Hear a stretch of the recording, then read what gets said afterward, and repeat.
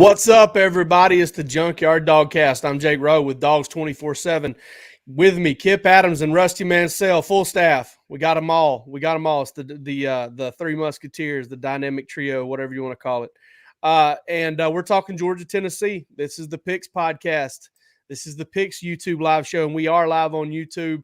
I'm sure those of you who watched this thing yesterday are super stoked that it's not just my face on here, that there's a much smaller photo of me or a much smaller picture of me sitting there because I watched it again yesterday and I was horrified. But yeah, Rusty, Kip, let's talk this game. And Rusty, lead us off, man. Be the whoever you want to be. Eddie Rosario, Jorge Soler, lead off home run or lead off single. I want to be Soler. And okay. After that home run, and just look to the dugout and basically say, I'm that MFer. Yeah. I think he was batting second when that happened. Just so whenever he hit it. I'm telling you right now, I'm a Braves fan. I like baseball. I'm not every single day I'll try to watch a little bit of baseball. But when he hit that, I've watched that on YouTube probably every day since he's done that. Like, I watched that clip because that is a badass clip. I mean, I've seen it from every angle, every language. The Braves official TikTok, where they put the music to it, is unbelievable. If you haven't seen it, you got to watch that one. It's incredible. And he piped that thing. I mean, to know it was gone the way he hit it, we got to get off baseball. But damn, it's we don't have to get off baseball. We can go with this. It's incredible, man. Let me tell you what just happened. Basically, take it down to South Georgia when you dog hunt, when you fox hunt or whatever. They just opened the dog box and let the dogs out, and a rabbit ran right by the tailgate of the truck, and we just chased that son of a gun that way when we're supposed to be going that way. So, all right, Rusty, Georgia, Tennessee, prevailing thought, the one thing, the key matchup, what have you kind of been thinking about this week as far as this game? I don't think you beat around the bush, just the pace of Tennessee's offense. Georgia hasn't seen anything like this. We don't know how they're going to react. We know that Georgia is extremely good on defense. They've been elite. We haven't called them out. We've kind of every week said, if you're elite, you're going to handle this team. Well, you know what? They have, and they've handled everybody in a smothering way. So this is different. We're going to see how Georgia, handles them. Kirby Smart has said they've been preparing a little bit every single week for the pace of this game. This is something different they see. Herndon Hooker has played really, really good. Hendon Hooker has played really, really good. And I think that this is going to be interesting. I think the pace of this game, I think Georgia's going to score points. Very interested, like everybody else in the country. I read every article you could possibly read this morning, and everybody talks about the pace of Tennessee, atmosphere. So I'm interested in what happens there. Yeah, I think that's the absolute top of the Sunday right there. That is the first thing you get to when you start talking about this game. Kip, what about you? Key matchup, prevailing thought. What have you been thinking about this week as far as Georgia, Tennessee? It's interesting because obviously, like you guys, I went to look at and read about the pace, and for Tennessee, I saw that their last 3 games, if this stat is correct on the collegefootballstats.com, they averaged a little over 64 plays per game the last 3 games, and that's not a high stat. That's bottom of the pack, toward the bottom of the pack, and honestly, Georgia, you look at on the opposite side, opponents playing Georgia the last 3 games, they've averaged 72.3 plays per game. So it's just a weird stat. Obviously, at home, Tennessee is averaging over 80 plays. So you can play the stats however you want, but then at the same time, you kind of look at time of possession, and you see that while Tennessee is, their pace is what everyone's talking about. If you look at their time of possession, they're the worst in the country. They're 130th. Only 24 minutes of possession per game, which is just an abysmal stat. They're not. I mean, their pace is also their own undoing. I think just because of the fact that they've had to go to that transfer portal, they've had to basically piecemeal this team together because of all the players they lost. They just don't have the depth to keep that pace and maintain that pace deep in the games when they need to. And I think it really holds true when you start looking at their defense and their ability to get off the field. They're allowing opponents to convert on over 48% on third down, which is not good at all. It's in the bottom 10 as well. So I just think that while Tennessee's a firecracker, it is a firecracker in all sense of the word, and that they don't have the depth to maintain their own offensive game plan. And I just think that with Georgia's depth on defense, I think that could be a situation where not only is Georgia able to hang in there, but they're also able to just really wear them down offensively in the third and fourth quarter in this game, and kind of make that clock play to their strengths in a sense, and allow Tennessee to kind of shoot themselves in the foot in that aspect. I mean, they can come out fast and they can have that pace, but I mean, are you going to be able to maintain that for fourth quarters? I don't know. They haven't really been able to do that when they needed to this year, and I just don't think they're going to be able to do that against a team like Georgia. Yeah, Tennessee is a 20-minute powder keg. I mean, it can explode like right in your face. And that's something that really stands out to you. It's the guys running free behind the defense, because or the guys that get displaced in the run game and allow them to break off a huge run early in the game. I think this is one of those things where Georgia's going to have a strong chin. If you want to, put it in boxing terms, they're going to have a strong chin, and they're going to have a stick-to-itiveness as far as their game plan goes, because you can be Georgia's not the first team this year to run 2 scout teams and to try and go 100 miles an hour and get ready for Tennessee. I do think one of the things Georgia is going to be able to do that I think helps them more than any team Tennessee's played this year, Georgia can control the run game without numbers. And I think that's an important aspect of this game. One of the things that the pace gets talked about all the time, but the splits and the fact that, and I'll kind of try to explain this, Tennessee doesn't bring guys in tight and allow you to kind of say, okay, well, this cornerback or this nickel or this safety is in coverage, but he's also in run support. That they don't allow you to really do that, because they put dudes outside the numbers and they make you declare, is this guy in coverage or is this guy in run support? And so I do think that Georgia is uniquely equipped to handle that, to kind of get in there and be like, all right, listen, you got 6 on 6 in this box right now.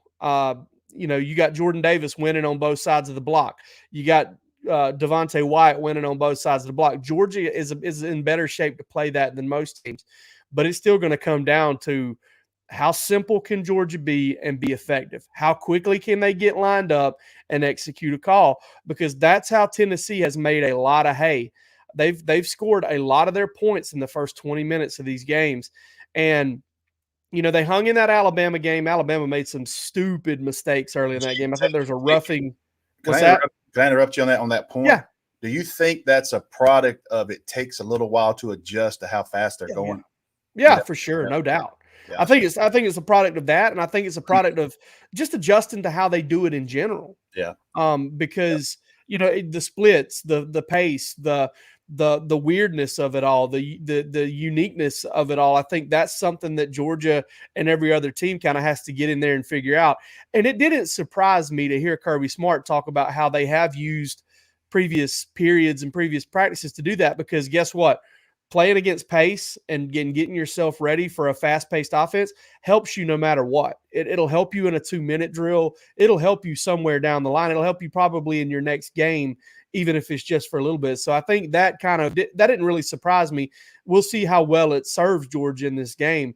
We do know that, Kirby didn't do that with Georgia Tech in that triple option offense, something that they've kind of likened this to in terms of the weirdness of it and the, uniqueness of it. He didn't do that in year one. He started doing it after that. Georgia was able to defend it better. We'll see if that pays off in this game. I'll say it now because they don't do it anymore, but they would bring in a former high school football coach, and he would work with a scout team the week before they would play Tech.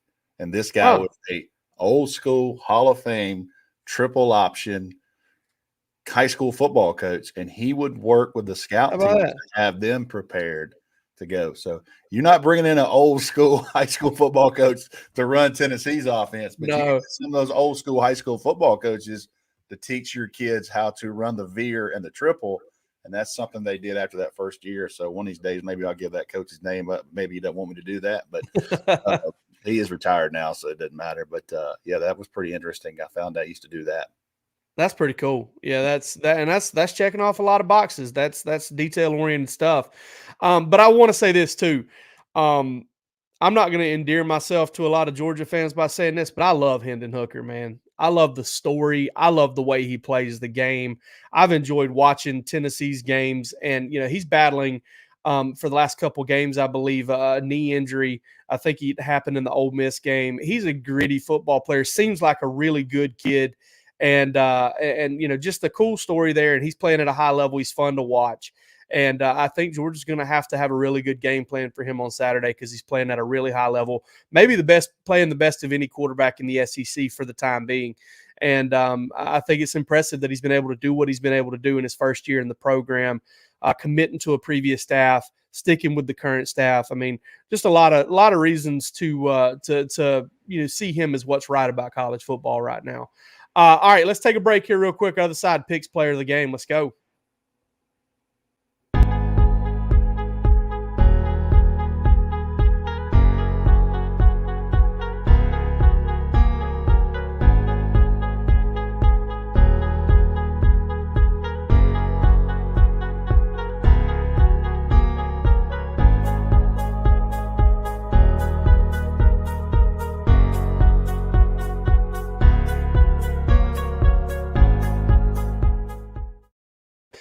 All right.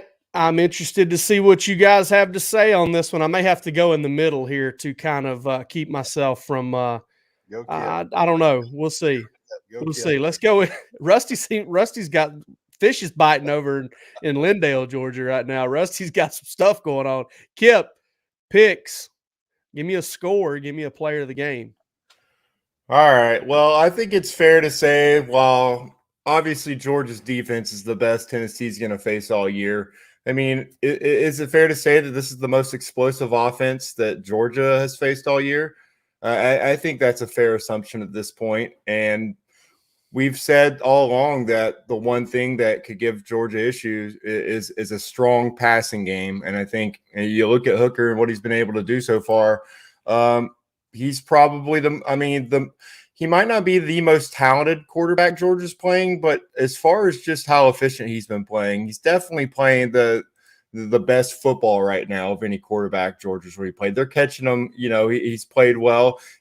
I think he had an injury that looked really bad, but he's been able to play through it. It hasn't really kept him out. So he's, no one's 100% at this point, and Tennessee's obviously not 100%. Both their running backs are banged up, have been banged up all year, but still highly productive when they can get them on the field. When you look at this game and you look at Georgia, we've talked about the fast starts. Well, they haven't had them, in over a month now. They just really haven't come out strong like they did to begin the year. And we're looking for Tennessee at home to do the opposite, to give Georgia its best shot in the first and second quarter. So I think this game is really, more than any game this year, is about how this game starts. Georgia's got to take Tennessee's best shot and hold strong and not let anything get away from them, not get down big. Because, that's one thing we really haven't seen Stetson Bennett have to do. Lead his team to, down 10, 13 points in a game, and with pressure on him, have to make, plays knowing that, his team's behind in the game. So I think that's really key for Georgia, is being able to hold Tennessee's best shot, when they're out there on defense. And then defensively, I just think Tennessee's offensive line is going to be an issue for them the entire game. I think they're going to have problems being able to keep Georgia out of the backfield. And I think that's going to be an issue later in the game, but I think it's also going to lead to a lot of 3-and-outs for them offensively. And like I said, they might lead the country in pace, but they're the worst in the country in time of possession. I think that's going to kind of catch up to them in the third and fourth quarter. So for me, as long as Georgia just stays calm and weathers that early storm from Tennessee at home, I think they should be able to kind of lock in and play their brand of football. I got Georgia probably a tight game going into half, but I think a game that after adjustments are made, Georgia can kind of pull away and come away with this one. I think right now the spread is kind of held strong right at 20 all week. I think that for Georgia being able to make plays in the backfield, and then if they can keep that running game just kind of leaning on them in the third and fourth quarter when Tennessee's kind of got their hands on their hips and kind of gasping for air a little bit. I think they can cover that spread, and I do have them covering. I got them going away with this one 35-13. Again, I think that Tennessee probably gets in the end zone once early and is able to come away with a field goal early on, but I think in the second half it's probably going to be slim pickings for them, and they're probably going to try to take some chances that have probably cost them in ways as far as negative plays and turnovers. Player of the game's kind of tough for this one because, like I said, I think Georgia should be leaning on the ground game. But as far as just the matchups, I think this is one where Tennessee's linebackers kind of struggle in space. I think that's one of their weaknesses on defense is the ability to play in space. And for that, I just think that it really, really matches up well for a guy like Brock Bowers. I think if Darnell Washington were to get enough targets, he would definitely be a guy that they can take advantage of there. But, I mean, Brock's been that guy this year. So I'm rolling with Brock Bowers as my player of the game. I think, he can have a couple big plays down the field for Stetson and kind of help him, ease in there and kind of get comfortable. Maybe a 50-plus yard touchdown catch from Brock would probably do the trick there and probably seal in that player of the game for me there. But I really think Brock's going to have another big game. And I think that, Zamir might get a lot of carries in the third and fourth quarter, but as far as those big plays, this one sets up really nicely for Brock and for Georgia to come away with, their first, have they ever gone undefeated since we went to divisions? This would be their first time ever going 8-0 in SEC play. So obviously a big time opportunity for Georgia, not something they're looking for as far as their goals, but as far as us as writers, that would be something that everyone would be mentioning because it'd be pretty historic for Kirby Smart in year 6.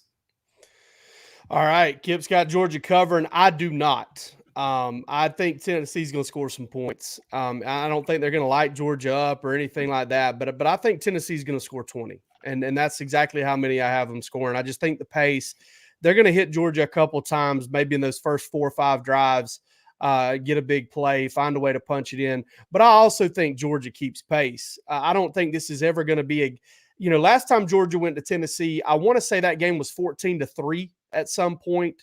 Marquez Callaway hit a big play. Georgia gave up a couple touchdowns early in that game. Georgia came back and kind of ran away with it. I don't think it's going to quite go like that. I think you're looking 7-0, 7-7, 14-7, 10, 14-10. I think it's going to be kind of a tit for tat type deal. And I do think Georgia pulls away late. I do think Georgia wins by the 3 scores that it's been winning by for the last 8 weeks. But I think Tennessee's going to have some success, and I think most of it's going to be through the air, some big plays, some screen game stuff that pops, and then Georgia's going to get adjusted to this thing and play a really stellar, really strong second half in the red zone, in the field as a whole, and Tennessee's going to get some yards, put up 20 points. But I got Georgia winning 38-20. That was the name that's. Did I steal your pick, Rusty? Exact dang score. Okay, you're allowed to do that. Yeah, well, that's why I wanted to go first. I've already been in the mind of Mansell. It's a dangerous place, okay? But so 38-20 is my score prediction. And I think, I had the same thought as you, Kip. I had the exact same thought as you. I was like, tight ends, running backs. That's where it's going to be. I think Tennessee might know that too. I think Tennessee might be worried about that too. I think they're – listen, you want to try to beat Georgia? Stop the ground game. You want to try to limit the passing game? Get up in those tight ends' face and disrupt them. That's why I think it's going to be an outside guy or a receiver having a big game. And I think I've picked all 3. I think I've picked all 3 of Georgia's leading pass catchers, wide receivers this year for player of the game. I think I've picked A.D. Mitchell, Lab McConkey, Jermaine Burton. I'm going to go back to one of these guys, and I'm going to go back to A.D. Mitchell. I don't know why I picked him. I just think that you look at the targets from last week and all the targets he got as Missouri was trying to load the box and stop Georgia's run game. I think when you look at Burton and you look at McConkey and the big plays those guys have produced, who's going to get the least attention? Who's going to get the most opportunities in advantageous situations? I think A.D. Mitchell has a big game on the road and kind of has, maybe he's already had his little bit of a breakout game, but maybe a big time breakout game for Mitchell. A couple touchdowns, maybe 100 yards receiving. But I think that's the guy to really keep an eye on in this game. All right, Rusty, we know your score prediction. Let's tell us why. I almost text Kip. I said, I wonder if he'll take this score. I think that Tennessee's going to score some points, and it's just going to happen. I mean, Georgia's going to give up some points at some point. They're going to give up some points if they handle business down the line. They're going to play some high-powered offenses. You're just not going to shut people down. Tennessee's an offense that's going to bring some stuff unique to them. I think Tennessee's going to score some early points. I've seen that against Alabama. I've seen that against the teams they've played. Florida, I mean, when Florida have, had most of their guys there, they're going to score points early on until you adjust. And so I think Georgia wins this game. I think Georgia's a better team, but I am very interested in how long this is a game. Can Georgia make some adjustments and shut this thing down? Is it 38-13 in the fourth and Tennessee gets a late touchdown to make it 38-20? Or is this thing 30-20 or 31-20 in the fourth quarter and Georgia has to score one late to kind of close this thing out? So it's a crazy atmosphere. We've all been to Knoxville, 3:30. That place is going to be rocking, a lot of excitement. I just don't think that they got enough, and Kip had a lot of really good points there. They just don't have enough defensively to unless Georgia just turns this thing over and gives them a special teams touchdown. You have a tip ball for a pick six or something like that, a cheap score here or there. I just don't see them having enough. I said this in August on this podcast, said on a couple of radio interviews. I thought the hire of Josh Heupel was underrated. This guy's done a good job everywhere he's been. He's scored offensively. He's done really good things. So, with this, I think that they're going to test Georgia a little bit. I think the back end is going to, for the first time, is going to get tested. So, for my player of the game, I think Lewis Seen finally makes a play and he gets enough targets to where he can be in the game and make those plays. Now he does what he's asked to do, but right now the front seven's cleaning up everything, so you really don't know what's going on in the back end. But Lewis Seen's a guy that's rangy, ball skills, everything you want in a big time safety. I think this is one of those games where he comes in and gets a big momentum interception, and I'll go with Lewis Seen. I'll go with Georgia 38-20 in this game. It won't be his first interception in Knoxville. He had one as a freshman, Mm-hmm. I believe on the goal line right there was Tennessee was trying to punch one in. Interesting pick, though. They're definitely off the board when you talk about. And I got to go. Georgia just got emergency commit, and I was hinted about that yesterday. So this is a big one. Come to Dawgs 247. You guys can check out Position of Need. I told you one was coming. This was a big one. I'm out, guys. All right, everybody. That's it. That's all we got. Come on over to Dawgs 24/7. I think there'll be a party there or something. We'll see how it goes. But for this episode of the Junkyard Dawgcast, I'm Jake Rowe with Dawgs 24/7. He's Kip Adams. He was Rusty Mansell and probably always will be. We'll see you later on.